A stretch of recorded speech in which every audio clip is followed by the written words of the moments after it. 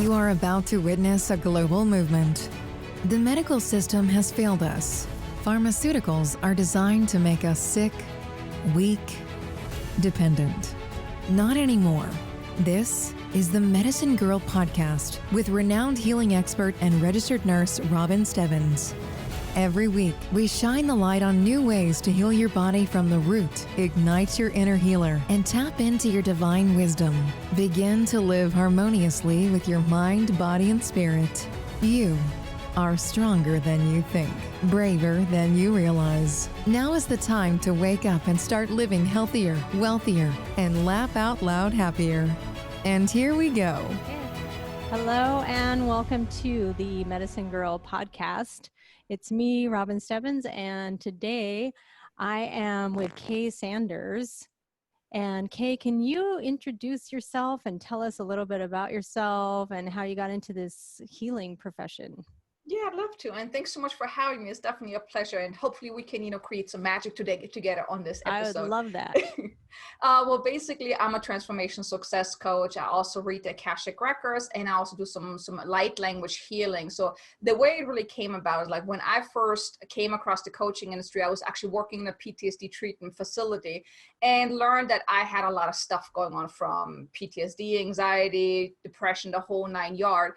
And I didn't want to be labeled like that. So I started really, I started really looking for answers. And that's when I came across the coaching industry.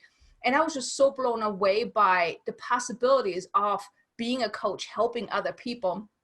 But as you can probably understand, when you first start your business, you have no idea what you're doing, right? Because that's how it was for me. I didn't even know how to coach, because the coaching school that I went with, they didn't really teach you the coaching, just the holistic stuff or whatnot. So I got certified and I went into the business coaching because I'm from Germany. So I love the systems and strategies, all that technical stuff, right? But the thing is, the universe had some other ideas for me, because 2016, after I had already quit my job trying to build my business, I had my very first awakening. And I'm telling you, that messed everything up. It threw Doesn't it though? Oh, yes, very much so. I think I went into this whole dark night of the soul, like late 2016. I just kind of barely got out of it, like sometime last year.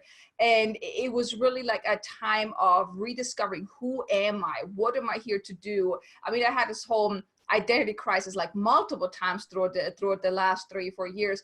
But basically, it really led me to discovering that I get to work with the Akashic records. And for anyone that doesn't know what it is, it's really, giving clear guidance from your records. It's like your soul, your soul's library of all lifetimes. And I start really using that with clients to really give them the clarity, the guidance, because how many questions do you have each day, especially around your business? Probably plenty, right? Oh, millions. Exactly. And that was the same with me and with my clients. So I really started using the Akashic records more and more with my clients to give them that guidance, the clarity, the sense of direction, basically their blueprint to their success, so they can really step into their power. But then it was really like something was missing. And the missing piece really came about last year when I had gotten hurt and I had to do a lot of healing on myself.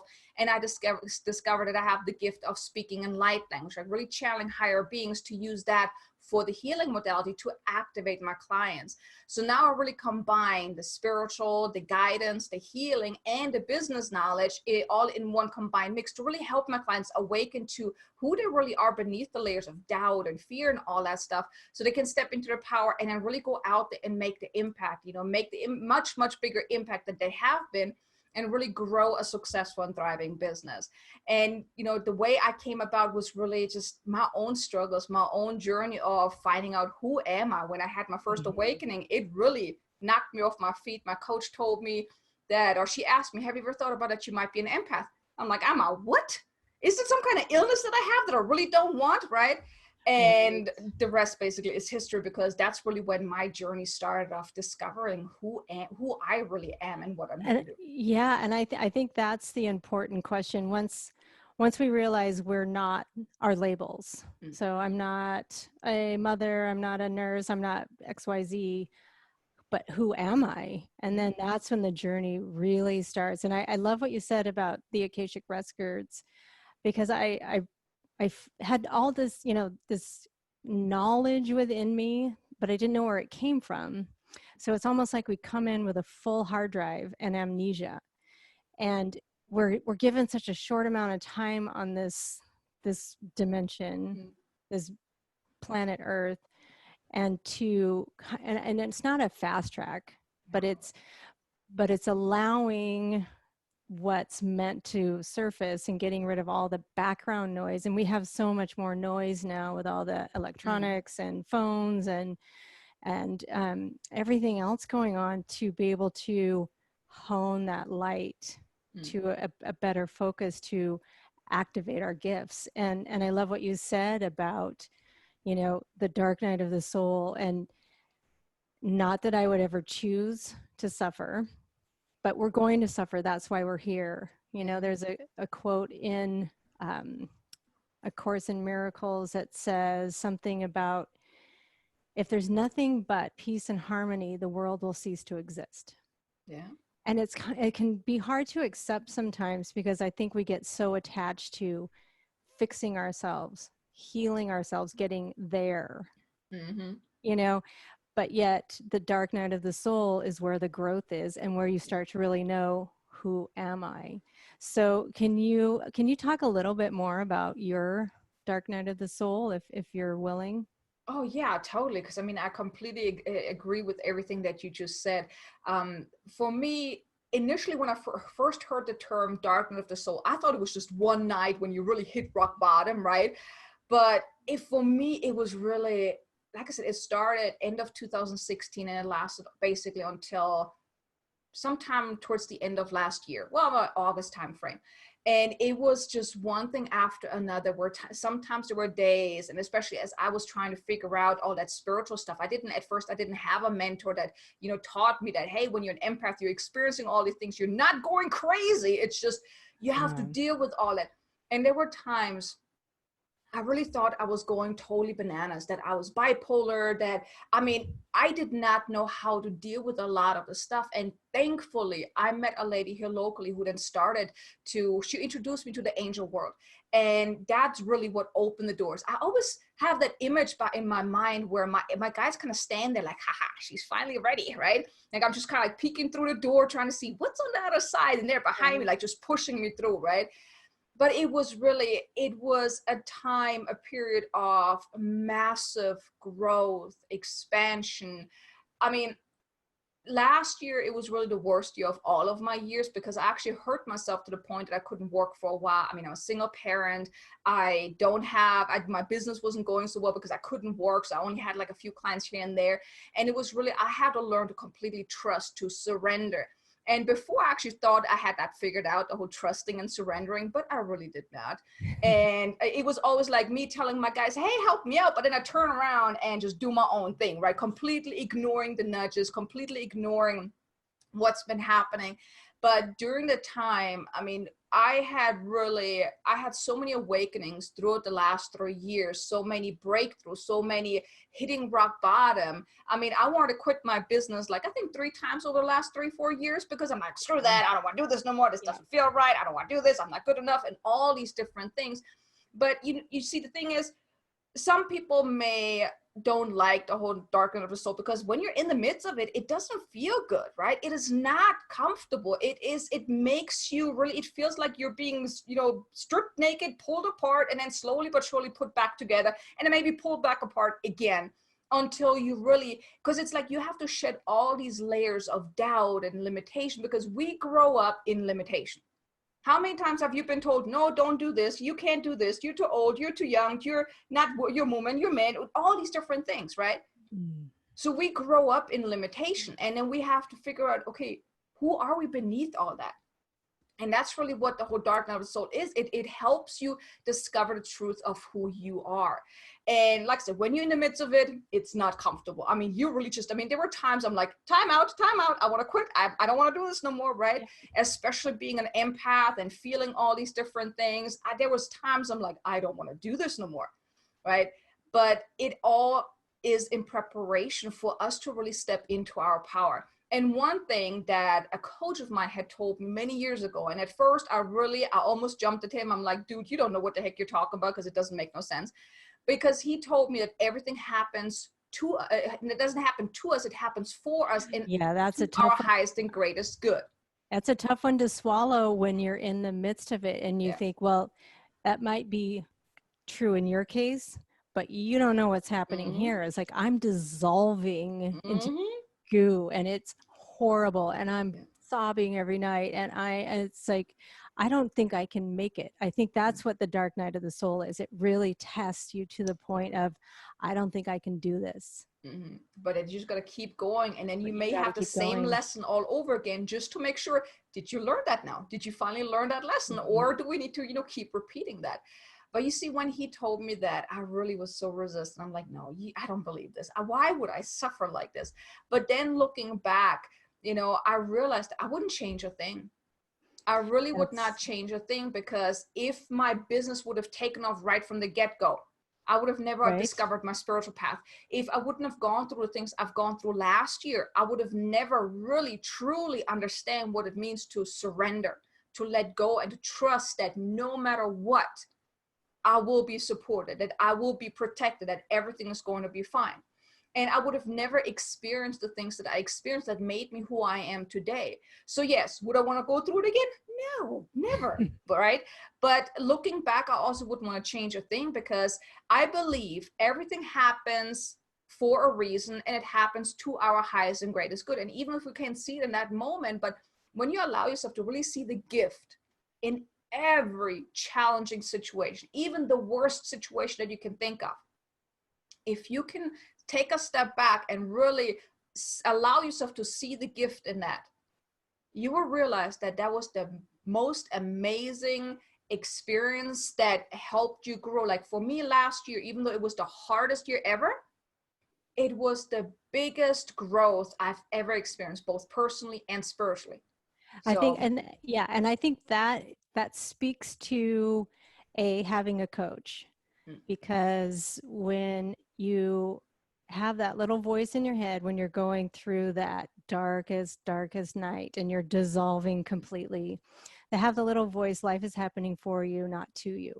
And then you can start implementing what I call the gift of foresight. So when you've actually transcended your trauma and your pain, you can say, I would not have changed a single thing. And going through it, that can be a tough pill to swallow for people going through some really traumatic events, or have gone through some really traumatic events.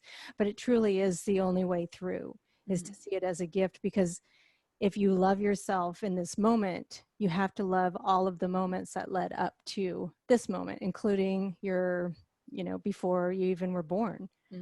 So to say it's a gift and to transcend is where the magic is. And again, I love this. It's like the for you part. None of us are going to sign on the dotted line and say, I will go through that suffering, especially if it was printed out on a piece of paper. And this is what you're going to have to go through. I'd say maybe next lifetime or the lifetime after that, but I'm good. I'm going to coast for a while.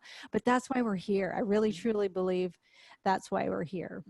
We're not here to create just perfection and peace and harmony. That's great when it happens, but it's a pendulum and it's in constant motion. But we're here to grow, and we're here to deeply know ourselves, and we're here to know what love is more deeply. And I mean, you mentioned earlier, like, the birthing process. And if you're thinking about it, when you're going through the dark night of the soul, it's a rebirthing process. I mean, when you're being born, it's not easy, right? It's not a smooth ride. It is uncomfortable, probably for the baby and, most likely the mom. So it's like the same thing when you have to, your ego is fighting you all the time, right? It's like, it doesn't like changing, but you're going through a rebirthing process of letting go of the old self, right? It's like, for example, beginning of this year, I felt like, and it was just like the 2nd of January, I felt like I'm running out of time. Like I had all these goals for this year and all these things. And I'm like, I'm running out of time. I'm like, why am I feeling I'm running out of time? The months just barely started. The year just barely started. I still have 12 months to achieve the goals that I have set. But then I had this voice. It's like my old self is running out of time. My ego side that is ready to merge into this. Like I was really going through this whole rebirthing process beginning of the year as well, to let go of a lot of the doubts and the fears and limiting beliefs and limitations that I had believed or believed on about, I can't even think of the word right now. You know what I'm trying to say, right? Yeah, I do. Yeah. That I need to really move forward with that. And I see it with so many people. It's like when we want to change, because when you want to become a better person, when you want to achieve more success and those type of things, or make more money or whatnot, you have to become that person. And your ego is going to fight you every step of the way because it's uncomfortable. The ego is going to fight you every step of the way. And as you elevate, so does your ego. So the old tricks the ego played no longer applied. It's keeping up with your growth. So now the ego is even trickier, and it can play enlightened, or it can play spiritually awakened. So you've constantly got to keep in motion and recognize, oh, that's my ego coming in, trying to fight this growth, because the ego hates change.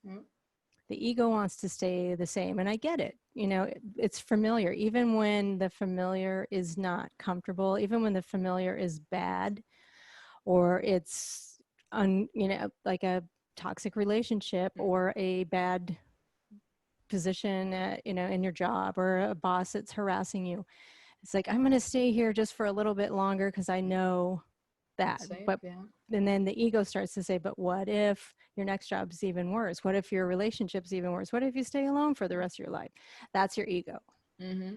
Yeah. And when I first started like with this whole personal development, my coach always told me, Kay, you got to watch your thoughts. You got to watch what you say or how you feel. I'm like, this is like a full-time job. I don't know what's going on up there, right? I mean, it's like you have to literally consciously pay attention. And isn't there something that's called that, you have like 60,000 thoughts in just 1 second or in 1 minute or whatnot? How can you really catch everything? But it's a practice of consciously paying attention, or noticing that when you notice that something doesn't feel right, or you're going into the direction that you really don't want to go in, that's not in alignment with the vision that you have for yourself or the mission for your business, then you can course correct. But it's like the more you start paying attention and you catch yourself, oh, this is a thought I do not want to have, then you can course correct. But initially when he told me that, it was like the hardest thing for me, trying to notice whenever my mind was going into the direction that's not supposed to go into. Well, and I think that's the biggest piece to freedom, is when you start to have an awareness of your thoughts, but B, recognizing that just because you're having a thought doesn't make it true.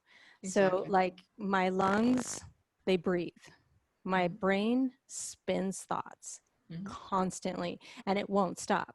So the idea that we can stop our thoughts or stop thinking about a certain thing is futile. That's never going to happen. It's just my awareness. And now as the soul recognizing those thoughts, I get to be in the driver's seat. Oh, I'm not going to play that record again. Oh, I'm not going to go down that road again. That's the old paradigm. That's the old me. No. Today, I'm going to be aware of the thoughts and then allow them to release me.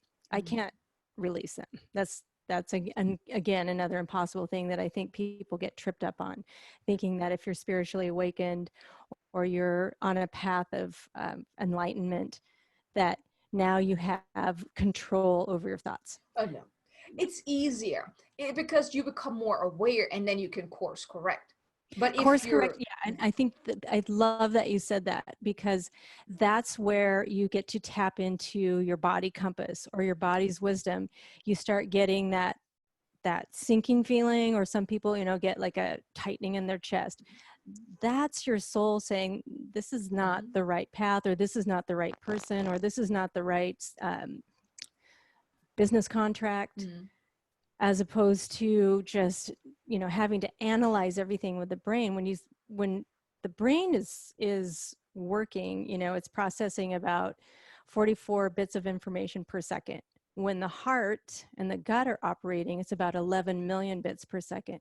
So when you can tap into that wisdom and allow the brain then to get you from point A to point B, but not direct the course of your life, that's your heart, that's your soul. I mean, your mind is just going to keep you in limitation anyways, because your mind is that's where your ego is at, right? It's like your ego is trying to keep you safe. So when you analyze things, you come up with all these reasons why you shouldn't be doing this, why this is not a good idea. But when you tune into your heart and you look at the same things that you're trying to analyze, you will realize that actually feels in alignment. That actually feels right. You know, that's one of the things I always teach my clients is like, get out of your head. You can plan everything with your head, but before you make a decision, get out of your head, tune into your heart and see what feels in alignment. Because when you listen to your soul, you're in alignment and everything that, you know, moves forward much smoother. But when you're thinking with your head, it's in limitation. It's trying to keep you safe. Absolutely. Yeah. And what's your best way to get your clients out of your head? Because I think that's the most difficult, especially when most people I work with are so used to working only up here. They don't even recognize there's a way to tap into this wisdom down here, which is where all of the wisdom is for directing your life. What's your go-to way? Well, I use a lot of light language to do a lot of clearing, because oftentimes people are up here because they're afraid to be in here. They don't want to really tap into the emotions because, you know, they got hurt. They have so much trauma, so much stuff has happened that they a lot of stuff needs to be cleared. That's why I focus more on creating success from the inside out, because you don't create success by up here or by doing more. You create success by really tuning into your heart, by really tapping into your own inner wisdom. But it often requires a lot of healing and releasing to let go, because there's so many that have limiting beliefs around what's really possible for them. They're afraid of really stepping out there and stepping out and letting people know what they do. They have they have a bad relationship when it comes to money and all of those different things. And often it's something that happened, you know, either past lives or early in their life, or just through their personal experiences. And in order to tap into their heart, they need to clear whatever's blocking them from getting into their heart. So I use a lot of light language with my clients. I also do certain exercise with them where I really have them consciously focus on the heart center. Because where your focus goes, where your attention goes, energy flows, or where your focus goes, energy flows. So I really try to get them into really dropping into their heart. Usually what I also do when they're really stuck, I do some light language to release whatever's really keeping them stuck in their head. But then the thing is, they still have to practice it every single day. Right? They have to practice every single day to tune into their heart before they make any decisions. So I kind of teach them certain practices around that. But even for myself, what I do is when I notice that I'm going against, you know, I'm not in the flow, I just really stop myself. I close my eyes, I take a couple deep breaths and really consciously set the intention to really drop into my heart. So it's kind of like an elevator kind of going down from my head down into my heart. And I really stay there. I really pay attention to my heart center. I just stay there a little bit, or I even like call the elevator analogy. That's good, because it does feel like that. You're just like dropping into the bigger depth of who we are. But then the next piece is, because dropping into your heart is one thing. You want to pick yourself up from wherever you left yourself, because when the first second you wake up in the morning, you're being triggered. Something happens. Oh, you got to take care of maybe the dogs. You got to make sure your kids get up, and you got to, you know, make breakfast. You got to do this. And you got all these emails you got to answer. So you basically, part of you is being left everywhere. Right. So what you want to do is, because you need to be present in the moment. If you're not present in the moment, dropping into your heart is not going to really get you very far, because you're so distracted by the past, by the future, by all the stuff around you. So I call myself in, like I really, you know, basically set the intention to pick myself up from wherever I left energetic pieces of me. And I can feel myself really kind of like a vacuum, like being kind of pulled together in a way.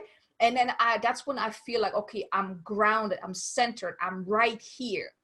And that's like another thing that I teach my clients is to really get centered. It's like really picking yourself up and getting grounded and staying in that, because you were going to be in the moment right now to really feel what's going on. Because if you're not in the moment, you are in the past, you know, worrying about, you know, what happened, or, you know, thinking about what happened. Oh my God, why did I do that? Or you're worrying about the future, like, okay, what's going to happen? How am I going to pay my bills? Where's my client going to come from? You can't be in alignment when you're distracted by the future or by the past. So you really want to get centered in the moment, right now, right here, to feel what's going on, to listen to what soul is trying to tell you. and really just kind of tune into your body. So it's really like, dropping out of your head and really pulling yourself in from wherever you left yourself, so you can really be present in the moment. Beautiful. That's a really beautiful way to put it too. And it's like you ignite that inner being, and it's almost like you're clearing away all the noise and the noise of the what ifs for the future, the noise of, will this happen in the past, and repeating that same record for you. But what do you think as far as our past lives? How much of an impact does that have currently? Because I know a lot of people are skeptical about that. And I, for one, can fully admit I was completely skeptical until I had these visions in deeper meditations that I were memories. And it was definitely not in this lifetime. And the more I tap into it, the bigger they get. So and I can see some of those images definitely have affected me in this life. One of them was betrayal. I came in with that deep sense of betrayal. So had I been more in tune to this type of work, I think I could have maybe worked on that a little bit differently. But yeah, who knows? Well, the thing is, I would say it happened just the way it was meant to happen. You weren't supposed to figure that one out sooner, because at that point you weren't ready. I mean, I kept telling myself, like, man, I wish I would have had my gifts years ago. I wouldn't have gone through struggles. I know. But honestly, I wouldn't have been ready. If you would have told me back in 2012, when I first came across Reiki, if you would have told me then that I'm going to channel, I'm going to, do some channeling and speaking in some weird language, I would have told you totally bananas. I was not ready to embrace that, right? I mean, it took me really a few smacks in the head to finally wake up to that. But now going back to your question, it's a little twofold, because yes, your past can definitely have an effect on you. I've done a lot of healing with my clients around past lives, karmic debts, whatnot. I've done the same thing with myself, and it really made a big difference. However, I also don't want people to think like, well, what if I don't believe in this, and am I going to be screwed for the rest of my life just because I don't clear this stuff? You still, every single day, every single moment of your day, you have a choice. That's what people don't understand. Every single moment of your day, you have a choice. If you have a clear vision of what you want to create, you can choose each moment to align yourself to that vision. If you're acting a certain way, or if you're thinking a certain way, or feeling a certain way that is not in alignment with that vision that you have for your future, of what you want to create, of who you want to become, you can choose right here in this moment. I'm going to drop what I've been doing, and I'm going to focus on this direction, because this is where I want to go. So clearing your past life only makes it easier, because the thing is, your soul probably had many, many, many lifetimes, right? So in your soul picks up, still remembers everything that has happened through all these lifetimes. You as the human being, you don't, right? But your soul still has these karmic attachments to those past lives. So if in a past life you were beaten or you were betrayed, guess what? It can show up in this lifetime. If your soul chooses to learn this karmic lesson, it will show up in this lifetime until you finally learn this lesson. Now, if you don't learn the lesson, you're going to keep repeating the same cycle over and over and over again. So clearing is definitely beneficial. I just don't want to, because I had a conversation with one of my mentors before, because I had so much stuff in a past life. And I'm like, I don't want to believe that just because I don't know what all these lifetimes that I've gone through that I haven't cleared yet, that I'm totally screwed, that I'm fighting an invisible force. I don't want to believe that, because that is very disempowering, right? So I want to believe that I can choose those. Yes, maybe I still have tons of stuff in past lives that could, I would benefit from clearing, but I'm not going to let that hold me back now from, well, I have all this stuff in past lives, I can't become successful because all that stuff that happened in past life. That is very limiting. So you still have a choice. And I love the way you said that, because I think on the path, it's also easy to get stuck, and it's easy to, as soon as we start learning more about this stuff, I'm going to put on this victim medallion and like, well, you don't know what happened in this lifetime and all my trauma and my trauma from past lives. So I'm just doing the best I can. And we get stuck there instead of realizing like, this is going to keep happening for you until you get to, like you said, learn that lesson or transcend that betrayal or whatever the trauma was.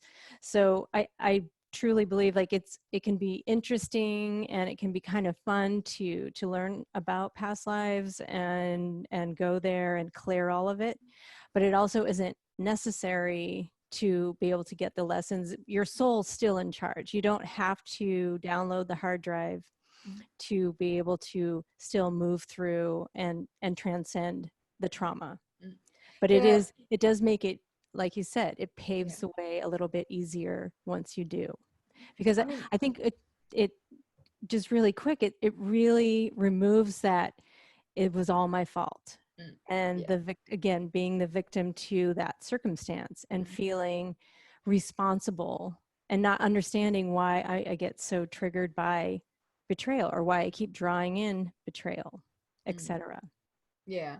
I mean, technically, if you have this whole victim mentality saying that, you know, your past life is causing you to struggle right now, you're basically giving your power away.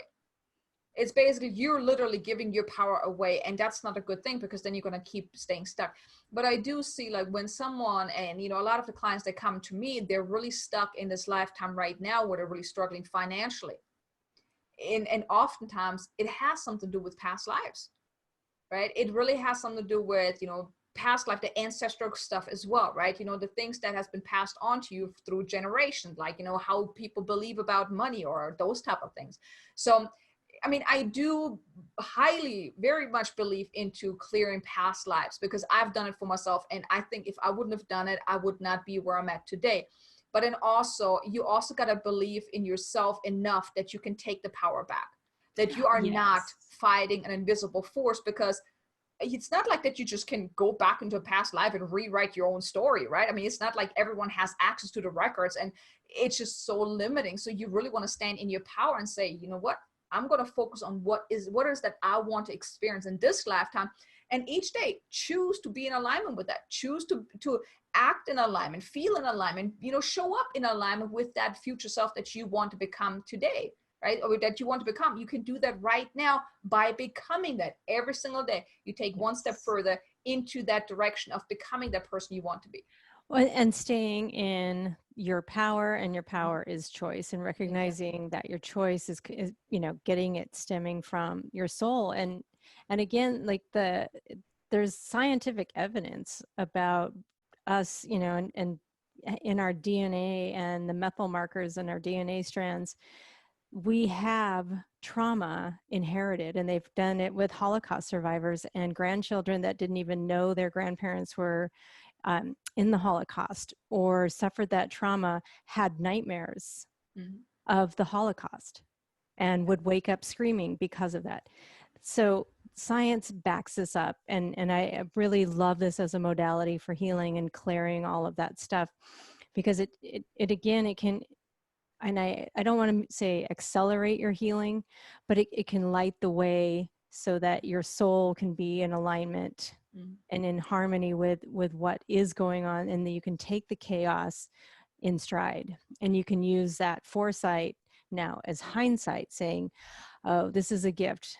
And if you can say thank you in the moment when, I don't know, your house is being foreclosed or you're in a court battle, thank you. That's when you're in your soul's alignment. Yeah. Because usually when something leaves, it only makes room for something better. And I get it. I mean, when you're in that moment, you don't see that. It is so hard to see that light at the end of the tunnel when you're like right in the middle of it. But that's like in moments like that, when you can really just stop and say, okay, what's the gift here? That's when you notice that you've really ascended into that next level or whatnot. Because most people, they don't think that way. They're so stuck in their story, like, oh my God, this is horrible, I'm losing my house, I'm losing this, and oh my God. But when you can really just take a step back and just realize that as long as you're showing up every single day and doing the best that's in your power without being held back by, you know, limiting beliefs or whatnot, you're really doing the best to just be present and do whatever it is in your power that you can do, and see the gift in each lesson. Because the lessons are going to happen either way, right? Yes. They're going to happen, maybe not that way, but if you don't learn the lesson that way, you're going to get smacked in the head again later on until you finally learn the lesson. And it's really about surrendering. It's really about taking a step back, like, okay, what am I here to learn here? What's the message here? What can I learn from this? And what's going to happen? You know, what else can happen from this now? Yes. It's so freeing. And the work is in the surrendering. Mm-hmm. The work is in the surrendering and saying and looking for the gift in that moment, because the suffering is the choice. It's the story we're making on the event. And again, I am not trying to make light of when people are going through really difficult times, because I've been through them. And that sometimes the last thing you want to hear is, this is happening for you. You know, you want to just sometimes punch them in the face. It's like, what? This is horrible. Yeah. Mm-hmm. But in closing, what you had mentioned before, that you're an empath, and I think a lot of us in the healing arts are. And again, I was the same way. It was like, what is an empath? And I thought about Whoopi Goldberg on Star Trek, and it's like, oh, what does that mean? I can read people's minds or something? I can't read people's minds. But what's your best way to navigate the healing arts as an empath? Find yourself a mentor. If I wouldn't have had a mentor, I don't think I would have made it through this, because it was just so challenging, so difficult. And if it wouldn't have been for my mentor, I mean, there were times I emailed him like, hey, I'm feeling this. Is something going on? Am I going crazy? He's like, no, it's Mercury retrograde. I'm like, okay. You know, that kind of things. And it just makes it so much easier, because oftentimes we're just so close to our own stuff. We don't really see what's going on. And I know for me, the biggest challenge was like, I'm picking up a lot of stuff from other people. And it's like determining, okay, is this my stuff? Is this my limiting beliefs? Or is this from someone else? If you don't have someone that you can maybe brainstorm about that or talk about that, you're just thinking you're totally going crazy. And as an empath, you're feeling a whole lot of stuff that you don't want to feel. Last year, there were so many energetic shifts happening that there were times really, I'm like, oh my God. I mean, one day I'm like, yay, I'm doing great. Everything is amazing. And next day I'm like just crying and I'm miserable and depressed. And I really thought I was developing bipolar.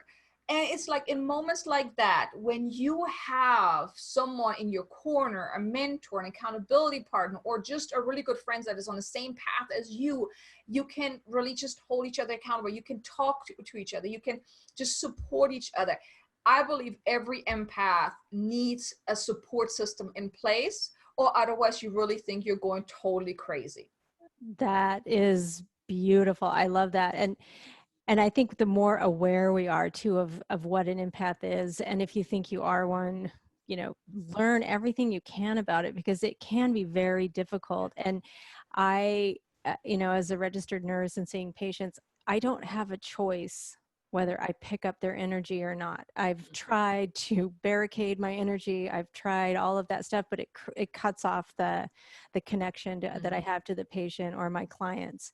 So again, having somebody else to be able to share that with and allow you to release that energy. And I find I have to ground every single day, or I start manifesting symptoms in my body or disease states in my body that are similar to my patients.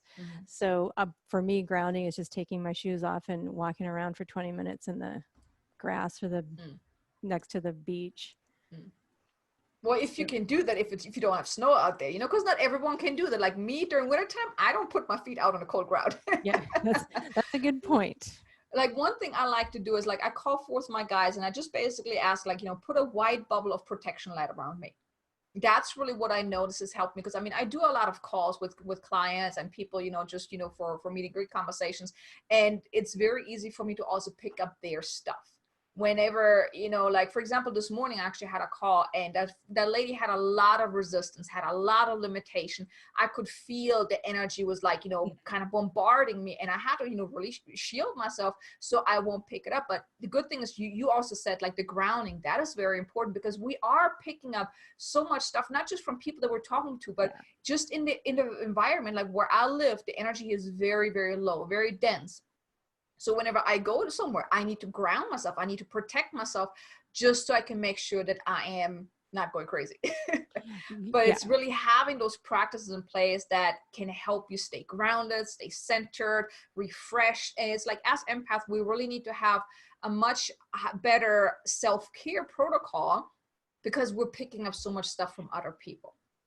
Absolutely, definitely. And self-care is paramount because you really cannot serve and you really cannot ignite somebody's inner healer if you're sick. And if you're picking up all the stuff from everyone else and you don't have a daily practice of self-care, you are going to get sick and and you won't be able to serve. So put your oxygen mask on first, then you can help others. Exactly. Well, Kay Sanders, thank you so much for being on my podcast. I really appreciate it. Where can people find you if they want to work with you for coaching or any kind of clearing? Yeah, and thanks again for having me. It was definitely a pleasure to be here. But the best way to find out about me is my website, kaysanders.com. So it's Kay Sanders, SANDERS.com. Also, my podcast is called awakentoempower.com. I talk a lot about mindset, business, how to grow the business the heart-centered way. I also share channeled messages and light language as well to really do some healing on my podcast and activation. But my website, kaysanders.com, has all my programs, all my healing, my readings, and everything on there. And you can find me on LinkedIn and Facebook, but mainly on LinkedIn. Wonderful. And I will have the link to your website under each of the places where you're watching this podcast and on YouTube. So, and even better, if you want to take a screenshot of this episode and post it on your favorite social media, I will personally respond to any comments and questions. And also you can tag Kay. So that would be even better. Thank you so much, Kay. Thank you. You too. Likewise.